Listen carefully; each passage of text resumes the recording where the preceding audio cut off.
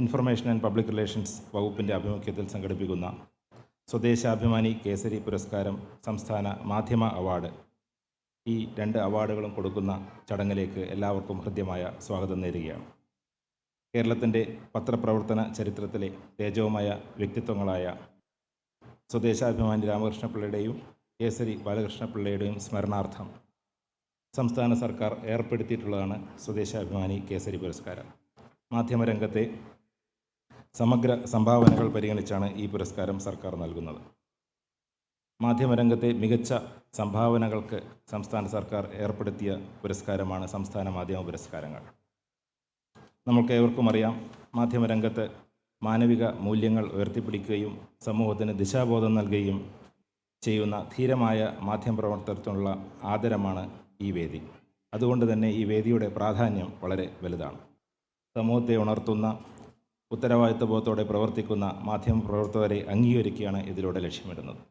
ഇന്ന് ഈ ചടങ്ങിൽ 2021, 2022, 2023 ഈ 3 വർഷങ്ങളിലെ സ്വദേശാഭിമാനി കേസരി പുരസ്കാരങ്ങളും 2022, 2023 വർഷങ്ങളിലെ സംസ്ഥാന മാധ്യമ അവാർഡുകളുമാണ് ഇന്ന് വിതരണം ചെയ്യുന്നത്. നമ്മൾക്ക് ഏവർക്കും ഉറപ്പാണ്, എല്ലാ മാധ്യമ വിഭാഗങ്ങളുമായി പ്രവർത്തിക്കുന്ന യുവതലമുറയിലുള്ള മാധ്യമപ്രവർത്തകർക്ക് ഈ പുരസ്കാര ജേതാക്കളുടെ കർമ്മപഥം മാർഗദർശിയാകുമെന്ന് പ്രതീക്ഷിക്കുന്നു, ആശംസിക്കുന്നു. ഈ ആമുഖത്തോടെ ഞാൻ എൻ്റെ കർത്തവ്യത്തിലേക്ക് കടക്കുകയാണ്. ഇന്നത്തെ ചടങ്ങിന് അധ്യക്ഷത വഹിക്കുന്നത് ബഹുമാനപ്പെട്ട പൊതുവിദ്യാഭ്യാസ തൊഴിൽ വകുപ്പ് മന്ത്രി ശ്രീ വി ശിവൻകുട്ടി അവർകളാണ്. അദ്ദേഹത്തെ നിങ്ങളുടെ എല്ലാവരുടെയും പേരിൽ ഈ ചടങ്ങിലേക്ക് ആദരപൂർവ്വം സ്വാഗതം ചെയ്യുന്നു. ഇന്ന് പുരസ്കാര വിതരണം നടത്തുന്ന ബഹുമാനപ്പെട്ട മുഖ്യമന്ത്രി ശ്രീ പിണറായി വിജയനെ ഏറെ ബഹുമാനത്തോടെ ഈ ചടങ്ങിലേക്ക് സ്വാഗതം ചെയ്യുകയാണ്. മുഖ്യാതിഥികളായി ഇവിടെ എത്തിച്ചേരുമെന്ന് പ്രതീക്ഷിക്കുന്ന ഭക്ഷ്യ പൊതുവിതരണ വകുപ്പ് മന്ത്രി ശ്രീ GR അനിൽ, അതേപോലെ ആരോഗ്യവകുപ്പ് മന്ത്രി ശ്രീമതി വീണ ജോർജ്, ഇവരെ കൂടി സ്വാഗതം ചെയ്യുകയാണ്. ഇവിടെ എത്തുമെന്ന് പ്രതീക്ഷിക്കുന്ന ശ്രീമതി ആര്യ രാജേന്ദ്രൻ, തിരുവനന്തപുരം മേയർ, അതുപോലെ വട്ടിയൂർക്കാവ് MLA ശ്രീ VK പ്രശാന്ത്, ഇവരെയും സ്വാഗതം ചെയ്യുകയാണ്. ആശംസകൾ അർപ്പിക്കാനെത്തിയ ജില്ലാ panchayat president Shri advocate D Suresh കുമാറിനെ ചടങ്ങിലേക്ക് സ്വാഗതം ചെയ്യുന്നു. ആശംസകൾ അർപ്പിക്കാൻ വേണ്ടി എത്തിച്ചേർന്ന മുഖ്യമന്ത്രിയുടെ മീഡിയ സെക്രട്ടറി ശ്രീ N പ്രഭാവർമ്മയെ ചടങ്ങിലേക്ക് സ്വാഗതം ചെയ്യുകയാണ്. കേരള മീഡിയ അക്കാദമിയുടെ ചെയർമാൻ ശ്രീ RS ബാബുവിനെ സ്വാഗതം ചെയ്യുന്നു. സംസ്ഥാന president KUWJ Shri Reji KP സ്വാഗതം ചെയ്യുകയാണ്. അതേപോലെ KUWJയുടെ തിരുവനന്തപുരം ജില്ലാ പ്രസിഡന്റ് ശ്രീ ഷില്ലർ സ്റ്റീഫനെ സ്വാഗതം ചെയ്യുന്നു. വേദിയിലുള്ള ഇൻഫർമേഷൻ ആൻഡ് പബ്ലിക് റിലേഷൻസ് വകുപ്പ് ഡയറക്ടർ ശ്രീ സുഭാഷിനെ സ്വാഗതം ചെയ്യുന്നു. വേദിയിലുള്ള ഇൻഫർമേഷൻ ആൻഡ് പബ്ലിക് റിലേഷൻസ് വകുപ്പിൻ്റെ അഡീഷണൽ ഡയറക്ടർമാരായ ശ്രീ പ്രമോദിനെയും KG സന്തോഷിനെയും സ്വാഗതം ചെയ്യുന്നു.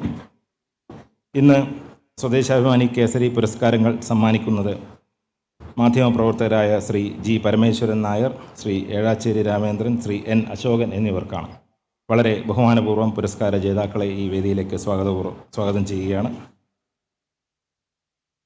ജനറൽ റിപ്പോർട്ടിംഗ്, വികസനോന്മുഖ reporting, news photography, cartoon, TV news reporting, TV സാമൂഹ്യ ശാക്തീകരണ reporting, TV news editing, TV news camera, TV news reader, TV അഭിമുഖം തുടങ്ങി വിവിധ വിഭാഗങ്ങളിലായി സംസ്ഥാന മാധ്യമ പുരസ്കാര വിജയികളായി ഇവിടെ ഒട്ടേറെ പേർ എത്തിച്ചേർന്നിട്ടുണ്ട്. 2022, 2023 വർഷങ്ങളിൽ സംസ്ഥാന മാധ്യമ പുരസ്കാരം നേടിയ Shri CK Sivanandan, Shri MB Santhosh, Shri Jayakrishnan Omallur, Shri Manoj Chemancheri, Shri Baiju Paulose, Shri TK Sujith, Shri Prashanth Krishna, Vineetha PV, VS Rajesh, S Vijayakumar, KV Shaju, Binojan, Ramya KH, Justina Thomas, Neelina Atholi, Varghese C Thomas, Sajeesh Shankar, Abdul Anees KT, VA Gireesh, Arun BL, Anu BS, Unmesh Sivaraman, Sarath S, Satheesh Chandranar, Jasheena M, Sreekumar Alapra, Abhilash V, Nasar Edappal, Sivaprasad MA, Ramendran V, ഇവരും ഇവരുടെ കുടുംബാംഗങ്ങളും സുഹൃത്തുക്കളും എല്ലാവരും ഈ ചടങ്ങിന് ധന്യത പകരാൻ വേണ്ടി എത്തിച്ചേർന്നുണ്ട്. എല്ലാ മാധ്യമ പുരസ്കാര ജേതാക്കളെയും ഇവിടെ എത്തിച്ചേർന്നുള്ള അവരുടെ കുടുംബാംഗങ്ങളെയും സുഹൃത്തുക്കളെയും എല്ലാവരെയും സ്വാഗതം ആശംസിക്കുകയാണ്.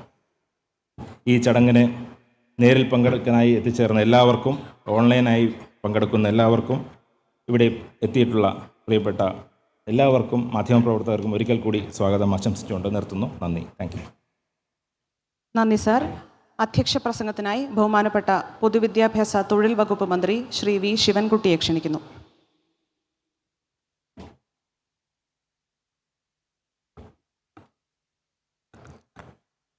ആരാധ്യനായ കേരളത്തിൻ്റെ മുഖ്യമന്ത്രി ശ്രീ പിണറായി വിജയൻ,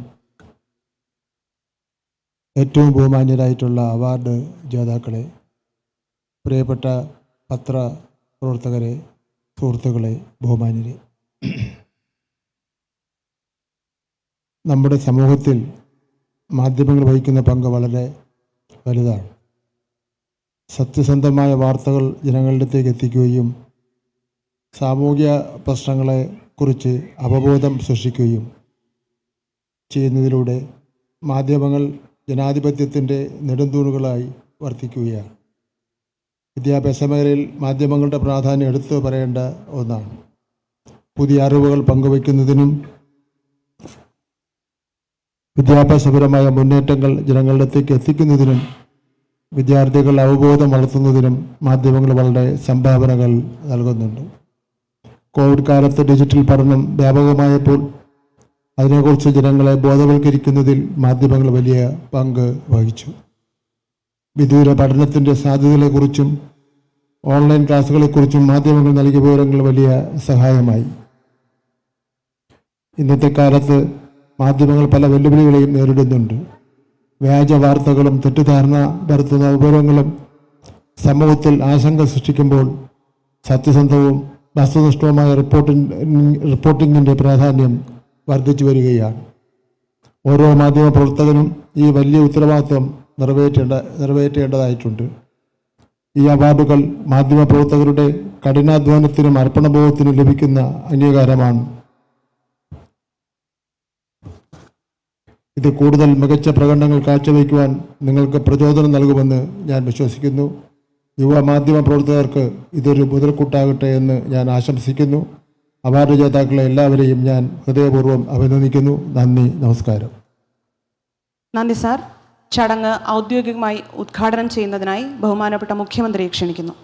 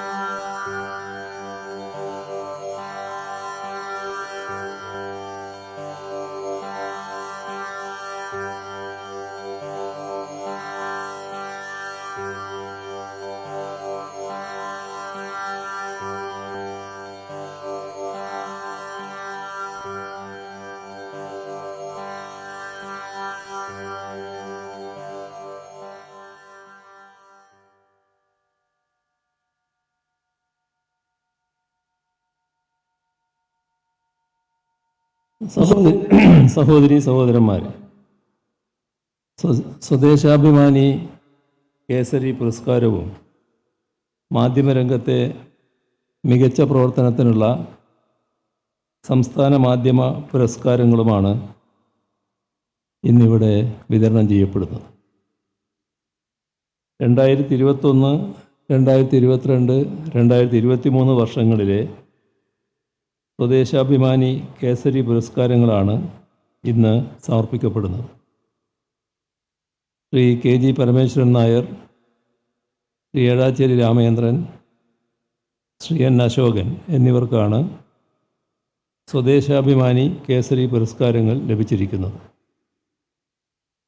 2022, 2023 വർഷങ്ങളിലെ സംസ്ഥാന മാധ്യമ പുരസ്കാരങ്ങളാണ് ഇന്ന് വിതരണം ചെയ്യപ്പെടുന്നത്.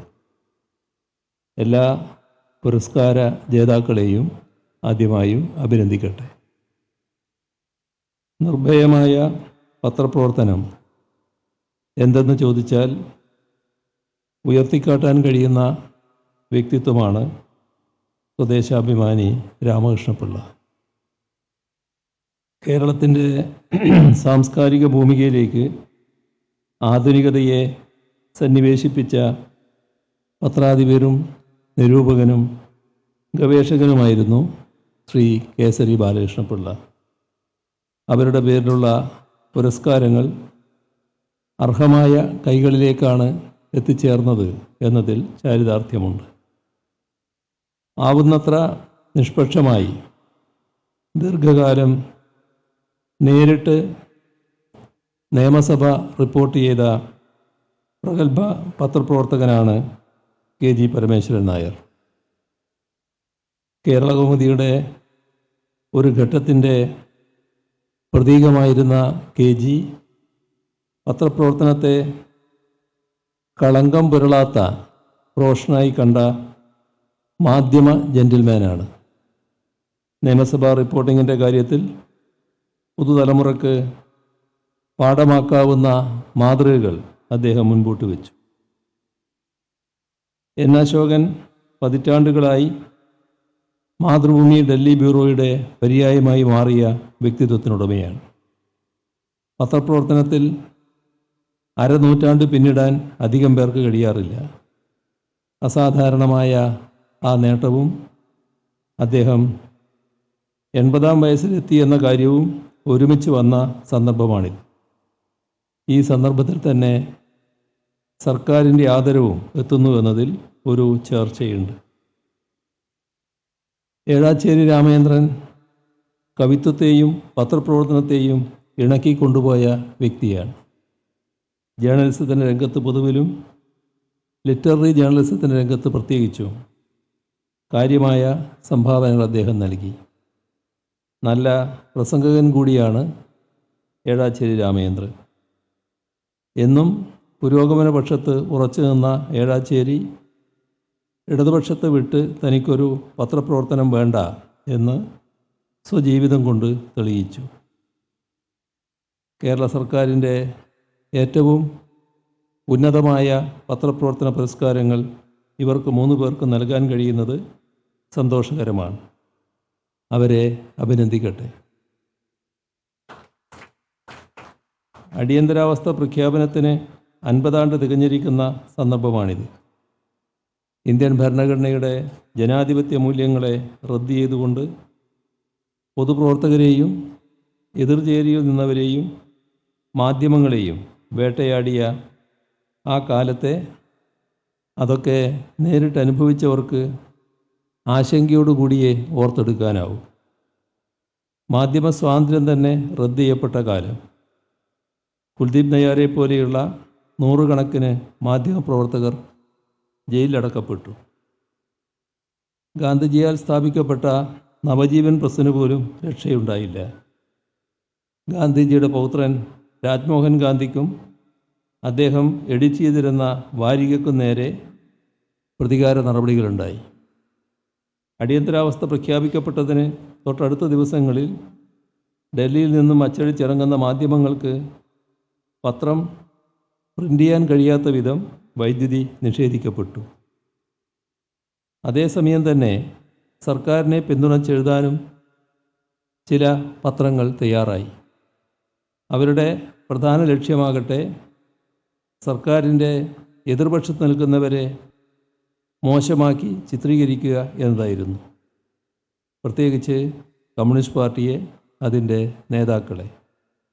അതിന് തയ്യാറാകാത്ത പത്രപ്രവർത്തകരെയും എഡിറ്റർമാരെയും പത്രസ്ഥാപനങ്ങളെയും കേന്ദ്ര ഏജൻസികളെ കൊണ്ട് വേട്ടയാടി. പ്രതീകാത്മകമായി ഒഴിഞ്ഞ എഡിറ്റോറിയൽ പ്രസിദ്ധീകരിച്ചതിന് ഇന്ത്യൻ എക്സ്പ്രസിനെതിരെ പ്രതികാര നടപടികളുണ്ടായി. ഇതെല്ലാം തന്നെ 50 വർഷം മുൻപത്തെ കാര്യങ്ങളാണ്. ഇപ്പോഴിതെല്ലാം ഓർക്കുമ്പോൾ ആ ഭൂതകാലത്തെ അനുകരിക്കും വിധത്തിൽ തന്നെയാണ് വർത്തമാനവും എന്ന് തോന്നും. ആ വിധത്തിലാണ് രാജ്യത്തെ മാധ്യമരംഗത്തിൻ്റെ അവസ്ഥ. ഇക്കഴിഞ്ഞ മാസമാണല്ലോ വേൾഡ് പ്രസ് ഫ്രീഡം ഇൻഡെക്സ് പുറത്തു വന്നത്. 180 രാജ്യങ്ങളുടെ ലോകമാധ്യമ സ്വാതന്ത്ര്യ സൂചികയിൽ 151 സ്ഥാനത്താണ് നമ്മുടെ രാജ്യം. ലോകത്തെ ഏറ്റവും വലിയ ജനാധിപത്യ രാജ്യങ്ങളിലൊന്ന്, ഏറ്റവും ബൃഹത്തായ ഭരണഘടനയുള്ള രാജ്യം, അതൊക്കെ കൂടിയാണ് നമ്മുടെ ഇന്ത്യ.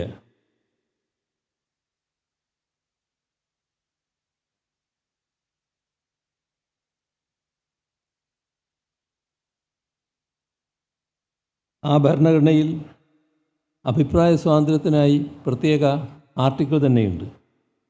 അങ്ങനെയൊരു രാജ്യമാണ് മാധ്യമ സ്വാതന്ത്ര്യത്തിൻ്റെ കാര്യത്തിൽ പട്ടികയിൽ ഏറ്റവും താഴത്തെ നിലയിൽ എത്തിയിരിക്കുന്നത്. അത് പരിശോധിക്കുമ്പോഴാണ് നേരത്തെ സൂചിപ്പിച്ച പോലെ അടിയന്തരാവസ്ഥയുടെ കാലത്തിന് സമാനമായ നടപടികൾ മാധ്യമങ്ങൾക്ക് നേരെ ഉണ്ടാകുന്നുവോ എന്ന ആശങ്കയ്ക്ക് അടിസ്ഥാനമുണ്ടാവുന്നത്. അഭിപ്രായം രേഖപ്പെടുത്തുന്ന മാധ്യമപ്രവർത്തകരെ തെരഞ്ഞുപിടിച്ച് കൊല ചെയ്ത സംഭവങ്ങൾ പോലും ഉണ്ടായി.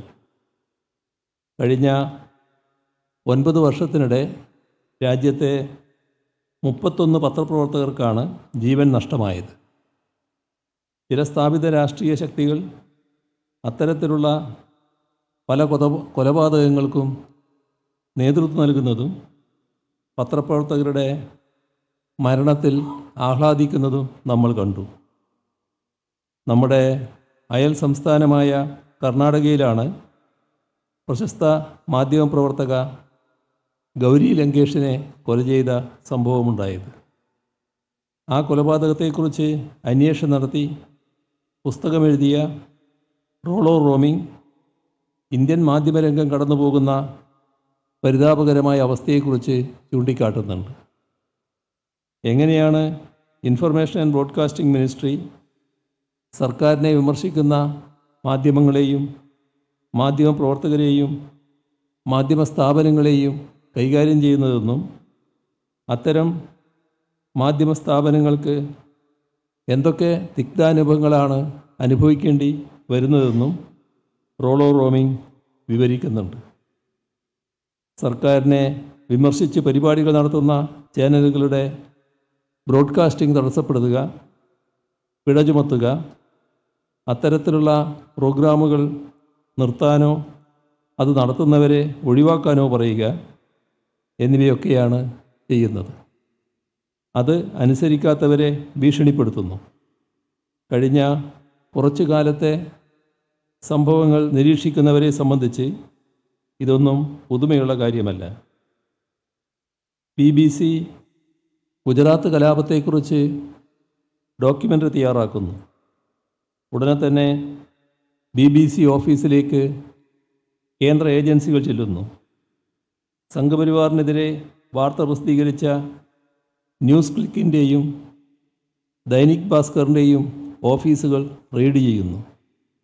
സംഘപരിവാർ വിരുദ്ധ നിലപാട് സ്വീകരിക്കുന്ന ദ വയർ പോലെയുള്ള മാധ്യമ സ്ഥാപനങ്ങളെ നിരന്തരം വേട്ടയാടുന്നു.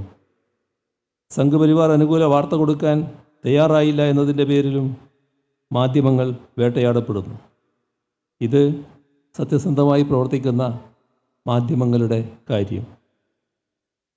സംഘപരിവാറിനോട് വിധേയത്വം പുലർത്തുന്ന മാധ്യമ സ്ഥാപനങ്ങളുമുണ്ട്. സംഘപരിവാർ നെറേറ്റീവുകൾക്ക് സ്വീകാര്യതയുണ്ടാക്കാൻ വ്യാജ വാർത്തകൾ പ്രസിദ്ധീകരിക്കുകയാണ്. അത്തരം മാധ്യമങ്ങൾ വാച്ച് ഡോഗല്ല, ലാപ് ഡോഗാണ് എന്ന് പറയുന്നത് എത്രയോ വലിയ ശരിയാണ്. കേരളത്തിലെ മാധ്യമങ്ങളുടെ കാര്യമെടുത്താൽ സംഘപരിവാർ നയങ്ങളോട് വലിയ എതിർപ്പൊന്നും പ്രകടിപ്പിക്കാതെ മുന്നോട്ട് പോവുക എന്നതാണ് ബഹുഭൂരിപക്ഷ മാധ്യമങ്ങളുടെയും നയമെന്ന് കാണാൻ കഴിയും. ഗാന്ധിജിയെ വെടിവെച്ച് കൊന്നത് ഗോഡ്സെയാണെന്ന് എഴുതാൻ പോലും മടിക്കുന്നവയായി മലയാളത്തിലെ ചില മുൻനിര പത്രങ്ങൾ പോലും മാറി വരുന്നു. അതേ മാധ്യമ സ്ഥാപനങ്ങൾ തന്നെ അന്ധമായ ഇടതുപക്ഷ വിരോധം കാണിക്കുന്നതും കാണാൻ നമുക്ക് കഴിയും. രണ്ടും പരസ്പര പൂരകമാണ് എന്ന് പ്രത്യേകം പറയേണ്ടതില്ലല്ലോ. മാധ്യമങ്ങളുടെ ആ വിരോധം ഇടതുപക്ഷത്തെ സംബന്ധിച്ച് പുതുമയുള്ള കാര്യമല്ല. നേരത്തെ വിമോചന സമരത്തിൻ്റെ കാലം മുതൽക്ക് ഇത് തുടരുന്നതാണ്. അത് ആ രീതിയിൽ മാത്രമേ കാണേണ്ടതായിട്ടുള്ളൂ. പക്ഷേ ആ വിരോധം നാടിനോടാകെ തന്നെയുള്ള വിരോധമായി നിറം മാറുന്ന നില ഉണ്ടാവുന്നില്ലേ എന്ന് സംശയിക്കേണ്ടതുണ്ട്. നമ്മുടെ നാട് കേരളം കേന്ദ്ര സർക്കാരിനോട് ചില പദ്ധതികൾക്ക് അംഗീകാരം ചോദിക്കുന്നു. കേന്ദ്രം ഒന്നും അനുവദിക്കുന്നില്ല. മാത്രമല്ല ഒരു സഹായവും അനുവദിക്കില്ലെന്ന് കട്ടായം പറയുന്നു. കേന്ദ്ര ബജറ്റിൽ കേരളത്തിന് പരിഗണന നൽകുന്നില്ല. ഇതിനെല്ലാം എതിരെ എത്ര മാധ്യമങ്ങൾക്ക് പ്രതികരിക്കാനായി? ഇത് പരിശോധിക്കപ്പെടേണ്ടതല്ലേ? ചിലർ പ്രതികരിച്ചു എന്ന് വരുത്തിയിട്ടുണ്ടാകാം.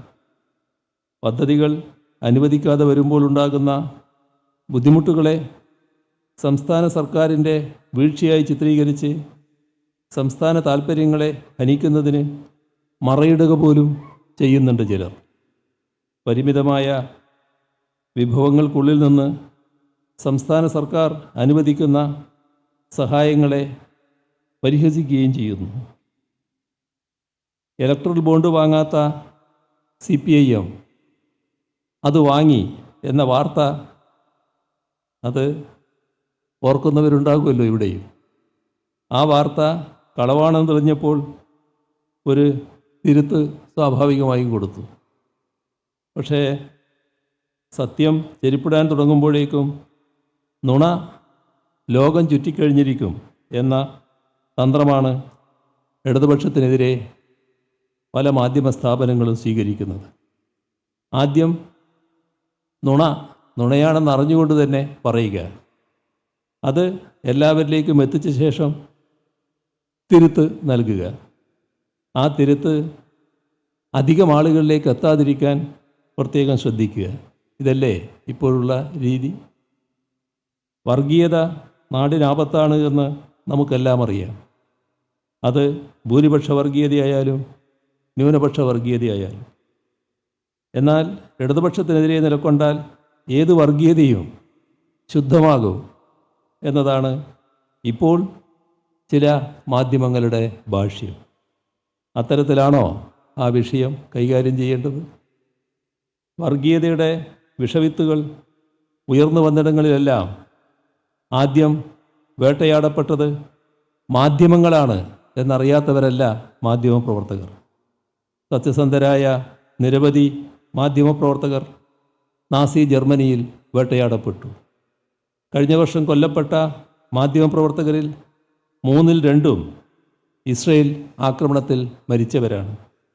ഈ സത്യം പോലും മറച്ചുവെച്ചുകൊണ്ട് മാധ്യമങ്ങൾ തന്നെ ഇസ്രയേലിൻ്റെ ആക്രമണത്തെ ഇസ്രയേൽ പാലസ്തീൻ യുദ്ധമെന്ന് വിശേഷിപ്പിക്കുന്നതും നാം കാണുകയാണ്. ലോകത്തെവിടെയും വംശീയതയും വർഗീയതയും വേരോടുമ്പോൾ ആദ്യം വേട്ടയാടപ്പെടുന്നത് മാധ്യമങ്ങളും മാധ്യമപ്രവർത്തകരും തന്നെയാകും. ഈ ബോധ്യത്തോടെ സ്വന്തം നാടിനെയും സ്വന്തം തൊഴിൽ മേഖലയെയും സംരക്ഷിക്കാൻ മാധ്യമപ്രവർത്തകർ വർഗീയതയ്ക്കെതിരെ ഒറ്റക്കെട്ടായി അണിനിരക്കണം. ഇടതുപക്ഷത്തെ എതിർക്കുന്നു എന്നതിൻ്റെ പേരിൽ വർഗീയതയെ മഹത്വവൽക്കരിക്കാൻ പുറപ്പെട്ടാൽ അത് ഈ നാടിൻ്റെയും ഇവിടുത്തെ ജനാധിപത്യ സംവിധാനങ്ങളുടെയും നാശത്തിനെ കാരണമാകും. അത് മനസ്സിലാക്കി മുന്നോട്ട് പോകണം. സ്വദേശാഭിമാനി കേസരി പുരസ്കാരവും മാധ്യമരംഗത്തെ മികച്ച പ്രവർത്തനത്തിനുള്ള സംസ്ഥാന മാധ്യമ പുരസ്കാരങ്ങളും നിറഞ്ഞ സന്തോഷത്തോടെ വിതരണം ചെയ്തതായി അറിയിച്ചുകൊണ്ട് അവസാനിപ്പിക്കുന്നു. നിങ്ങൾക്കെൻ്റെ സ്നേഹാഭിവാദനങ്ങൾ. നന്ദി സാർ. അടുത്തതായി പുരസ്കാര ദാന ചടങ്ങാണ്. അവാർഡുകൾ വിതരണം ചെയ്യുന്നതിനായി ബഹുമാനപ്പെട്ട മുഖ്യമന്ത്രിയെയും അവാർഡുകൾ ഏറ്റുവാങ്ങുന്നതിനായി പുരസ്കാര ജേതാക്കളെയും ക്ഷണിക്കുന്നു. ആദ്യമായി 2021 വർഷത്തെ സ്വദേശാഭിമാനി കേസരി പുരസ്കാരം ശ്രീ KG പരമേശ്വരൻ നായർക്ക് സമ്മാനിക്കുന്നു. പുരസ്കാരദാനത്തിന് മുന്നോടിയായി അദ്ദേഹത്തിൻ്റെ പത്രപ്രവർത്തന ജീവിതം വിവരിക്കുന്ന ഹ്രസ്വ വീഡിയോ കാണാം.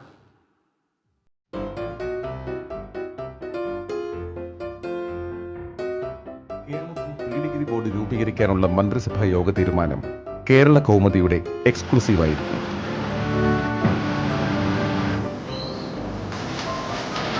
റിപ്പോർട്ടറുടെ പേര് KG പരമേശ്വരൻ നായർ. എണ്ണമറ്റ എക്സ്ക്ലൂസീവുകൾ അതേ ബൈലൈനിൽ പ്രസിദ്ധീകരിക്കപ്പെട്ടു.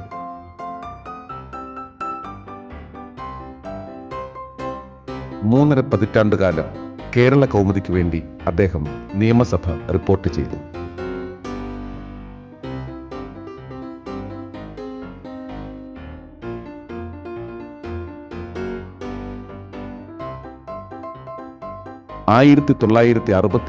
ഓഗസ്റ്റ് 8 കേരള കൗമുദി തിരുവനന്തപുരം ബ്യൂറോയിൽ റിപ്പോർട്ടറായി അദ്ദേഹം നിയമിക്കപ്പെടുന്നത്. പത്രാധിപർ K. സുകുമാരന്റെ കാലത്ത് MS മണിയാണ് KGയെ നിയമിക്കുന്നത്.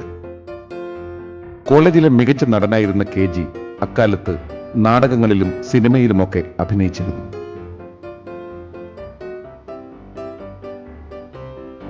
നിയമസഭാ നടപടിക്രമങ്ങളെ സംബന്ധിച്ച് അദ്ദേഹത്തോളം അറിവുള്ള മാധ്യമപ്രവർത്തകർ അധികമില്ല.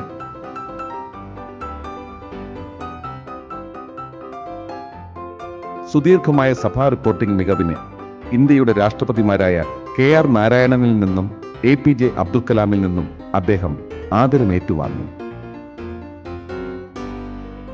കേരള നിയമസഭാ ചരിത്രവും ധർമ്മവും എന്ന അദ്ദേഹത്തിന്റെ പുസ്തകം എക്കാലത്തെയും മാധ്യമ വിദ്യാർത്ഥികൾക്കുള്ള പാഠപുസ്തകമാണ്.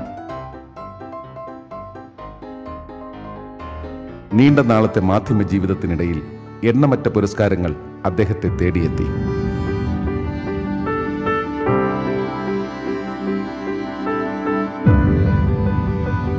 കേരളത്തിലെ ജനാധിപത്യ പ്രക്രിയയ്ക്കും രാഷ്ട്രീയ ചരിത്രത്തിനുമൊപ്പം അരനൂറ്റാണ്ടിലേറെക്കാലമായി KGയും തോളോട് തോൾ ചേർന്ന് നടക്കുന്നു. മലയാള മാധ്യമരംഗത്തിന് അദ്ദേഹം നൽകിയ സംഭാവനകൾ മാനിച്ച് സംസ്ഥാന സർക്കാർ അദ്ദേഹത്തിനെ സ്വദേശാഭിമാനി കേസരി പുരസ്കാരം നൽകി ആദരിക്കുന്നു.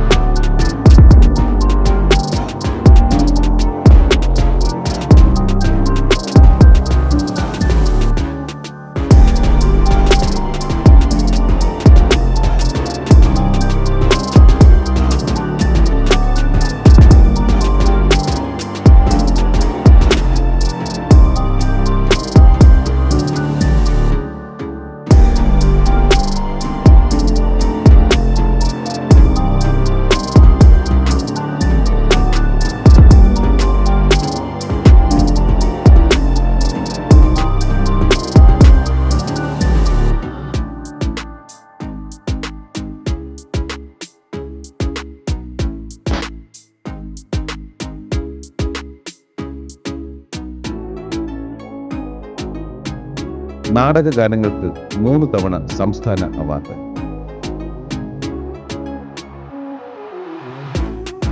പതിനഞ്ച് ചലച്ചിത്രങ്ങളിലായി 30-ലേറെ സിനിമാ ഗാനങ്ങൾ. മീനമാസത്തിലെ സൂര്യനിലെ പാട്ടുകളും ചന്ദന മണിവാതിലുമൊന്നും മലയാളിയുള്ള കാലത്തോളം മറവിയിലേക്ക് പോകില്ല.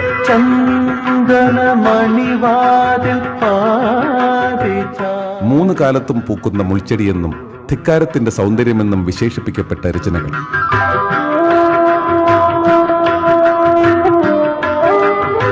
കവിതയിലെന്ന പോലെ 30 ആണ്ട് കടന്ന മാധ്യമരംഗത്തും ഏഴാച്ചേരിയുടെ വ്യക്തിമുദ്ര ചിരന്തനമായി തുടരും.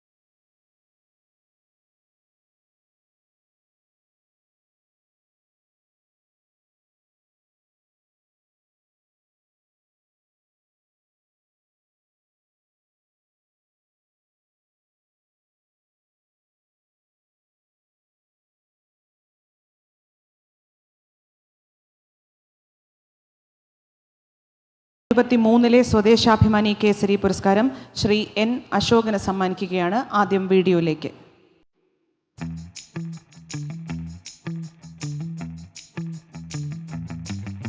എൻ അശോകന്റെ മാധ്യമ ജീവിതം അരനൂറ്റാണ്ടിലേറെയായുള്ള ഇന്ത്യയുടെ ചരിത്രം കൂടിയാണ്.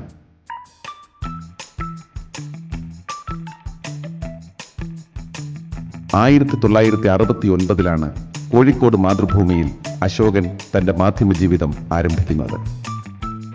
കേരളത്തിൽ വിവിധ ബ്യൂറോകളിൽ മാധ്യമപ്രവർത്തകൻ എന്ന നിലയിൽ വ്യക്തിമുദ്ര പതിപ്പിച്ച അദ്ദേഹം 1981 ഡൽഹി ലേഖകനായി.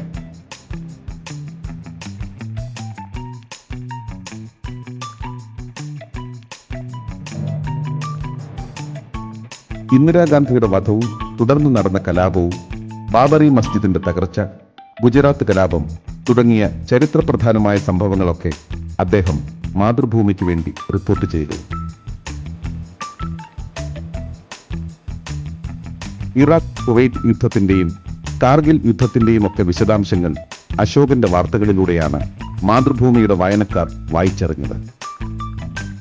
25 വർഷക്കാലം ഡൽഹി കത്ത് എന്ന വിശകലന പങ്ക്തി അദ്ദേഹം കൈകാര്യം ചെയ്തു. ഡൽഹി കത്ത് പുസ്തകമായി പ്രസിദ്ധീകരിച്ചിട്ടുണ്ട്.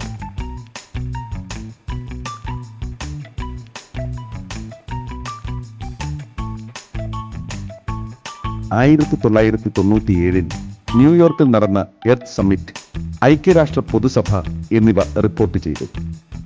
പ്രധാനമന്ത്രിക്കും രാഷ്ട്രപതിക്കുമൊപ്പം നിരവധി രാജ്യങ്ങളിൽ പര്യടനം നടത്തി. അരനൂറ്റാണ്ടിലേറെയായി ദേശീയ രാഷ്ട്രീയത്തിനും രാജ്യത്തിന്റെ ഗതി നിർണ്ണയിക്കുന്ന ചരിത്ര സംഭവങ്ങൾക്കുമൊപ്പം നടന്ന മാധ്യമപ്രവർത്തകനാണ് എൻ അശോകൻ. പത്രപ്രവർത്തന രംഗത്തെ അദ്ദേഹത്തിന്റെ സുദീർഘമായ സംഭാവനകളെ മാനിച്ച് സ്വദേശാഭിമാനി കേസരി പുരസ്കാരം നൽകി സംസ്ഥാന സർക്കാർ ആദരിക്കുന്നു.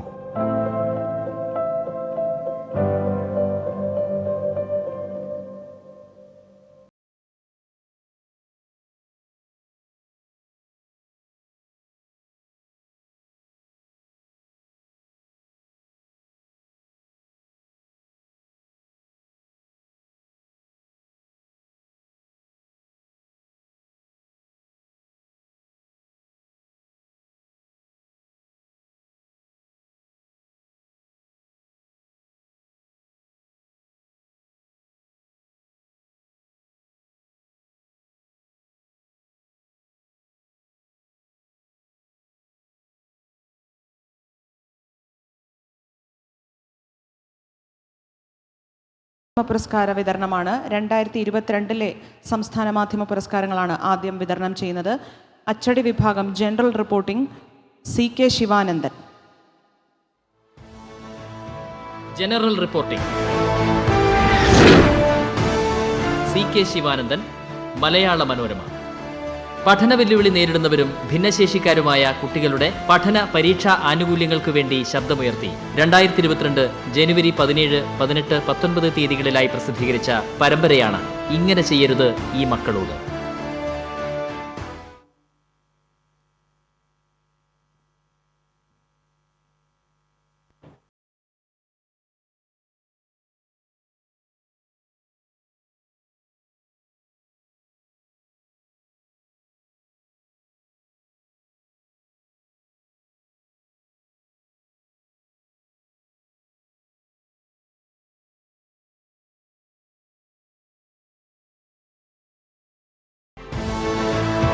വികസനോന്മുഖ റിപ്പോർട്ടിംഗ്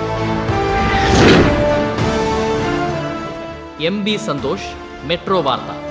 കേരളത്തിലെ വിവിധ പ്രദേശങ്ങളിൽ നിശബ്ദ വിപ്ലവമായി നടന്നുവരുന്ന വികസന മാതൃകകളെ സമന്വയിപ്പിച്ച കേരളം കാണാത്ത കാഴ്ചകൾ എന്ന പരമ്പരയ്ക്കാണ് അവാർഡ്.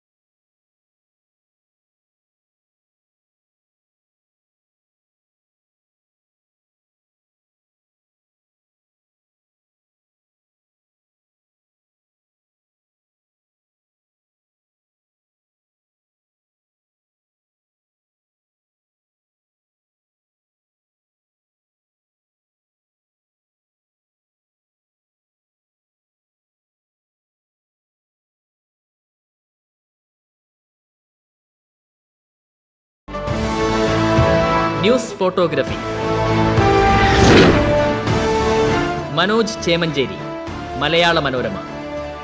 നിർമ്മാണത്തിലിരുന്ന ഫ്ളാറ്റിന്റെ സംരക്ഷണ ഭിത്തി തകർന്ന് കെട്ടിടാവശിഷ്ടങ്ങൾക്കിടയിൽ കുടുങ്ങിക്കിടക്കുന്ന അസം സ്വദേശിയായ രാഹുൽ വെള്ളം കുടിക്കുന്ന ചിത്രത്തിനാണ് അവാർഡ്.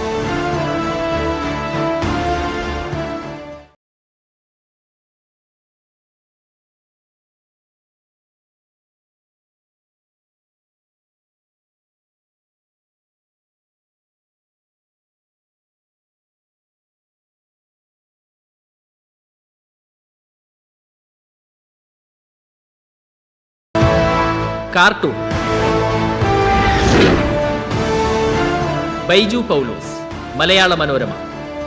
കേന്ദ്ര സർക്കാരിന്റെ പാചകവാതക വില വർധനയെ പ്രമേയമാക്കി 2022 മെയ് 8 മലയാള മനോരമയിൽ പ്രസിദ്ധീകരിച്ച കാർട്ടൂണിനാണ് award.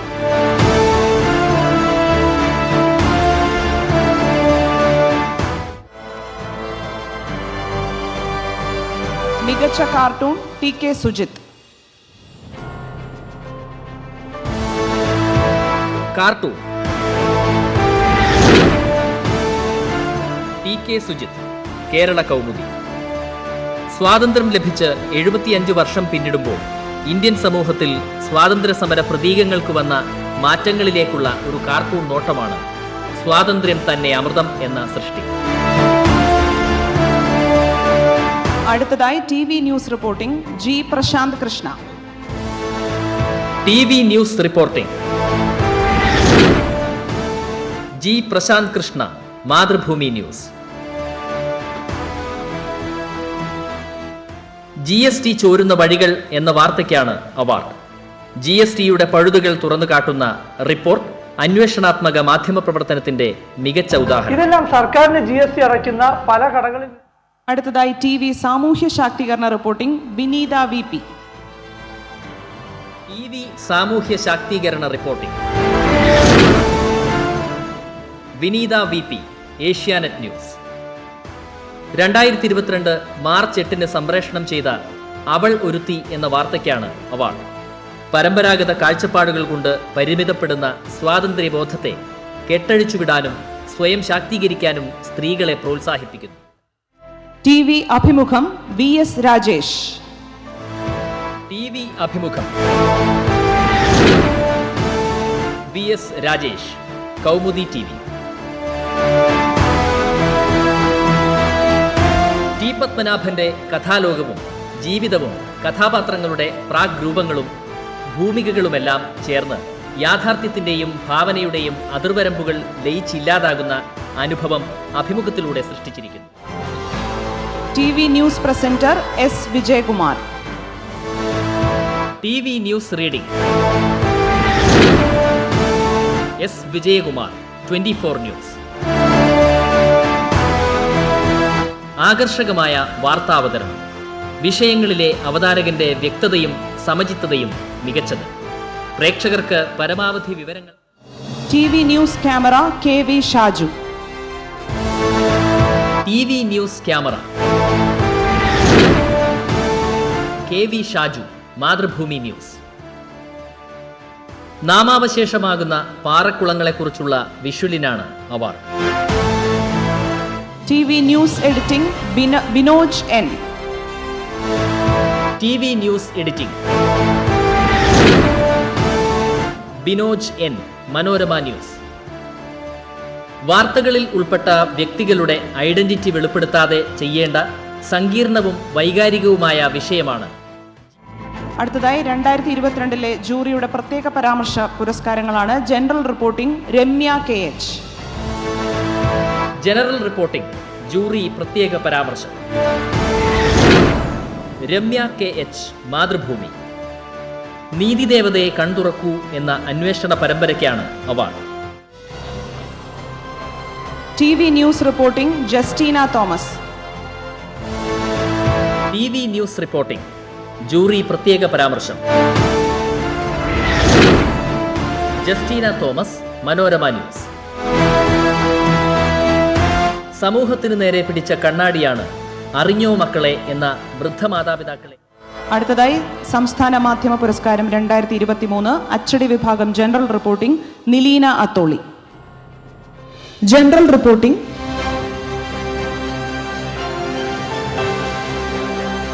Nileena Atholi, Mathrubhumi.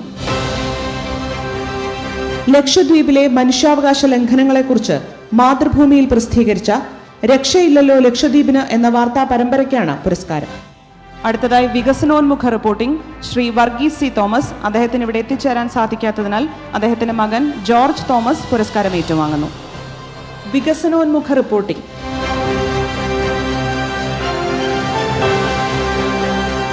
Varghese C Thomas, Malayala Manorama. News photography Sajeesh Shankar. News photography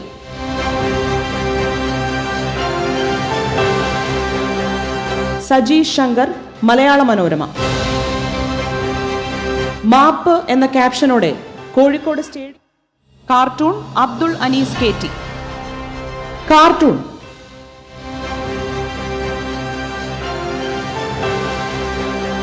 Abdul Anees KT, Siraj. Israel അധിനിവേശം പ്രമേയമാക്കി ഒക്ടോബർ 19 സിറാജിൽ പ്രസിദ്ധീകരിച്ച കാർട്ടൂണിനാണ് പുരസ്കാരം. TV news reporting BA Gireesh. TV news reporting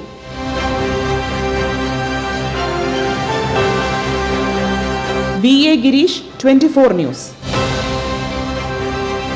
അംഗീകാരമില്ലാത്ത അന്യസംസ്ഥാന നഴ്സിംഗ് കോളേജ് തട്ടിപ്പുകളെക്കുറിച്ച് സമഗ്രമായി പരിശോധിക്കുന്ന അന്വേഷണ പരമ്പരയ്ക്കാണ്. TV സാമൂഹ്യ ശാക്തീകരണ റിപ്പോർട്ടിംഗ് അരുൺ BL. TV സാമൂഹ്യ ശാക്തീകരണ reporting Arun BL, Manorama news.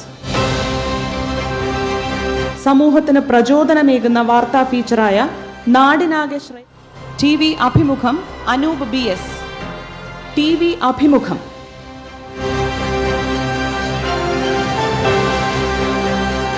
Anoop BS, Asianet news. സാഹസിക നാവികൻ അഭിലാഷ് ടോമിയുമായുള്ള അഭിമുഖം സംവാദ് ആണ് പുരസ്കാരത്തിന് അർഹനാക്കിയത്. TV news presenter Unmesh Sivaraman. TV news presentation Unmesh Sivaraman, 24 news.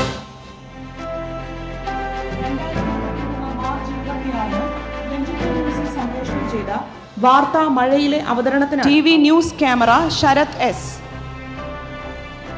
TV news camera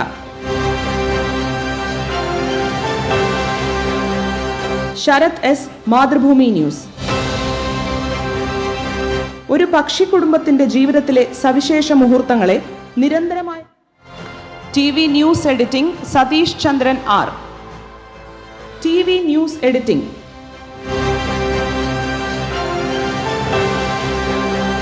Satheesh Chandran R, Asianet news.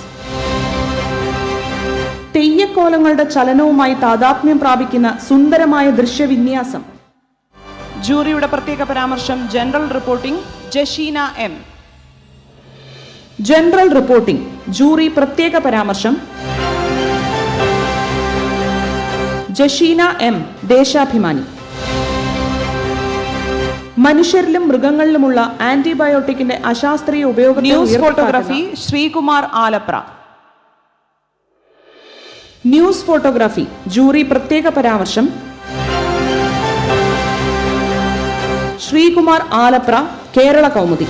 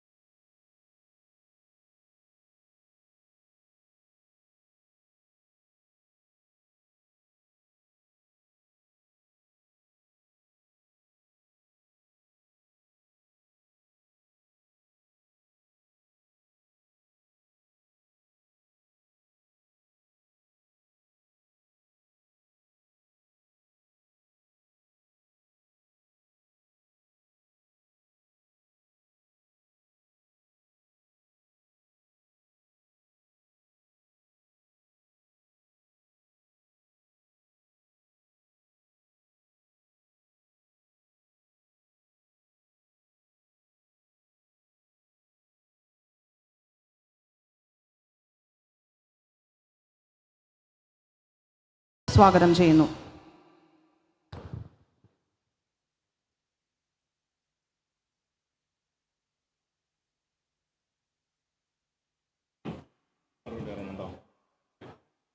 വേണമെങ്കിൽ അവിടെ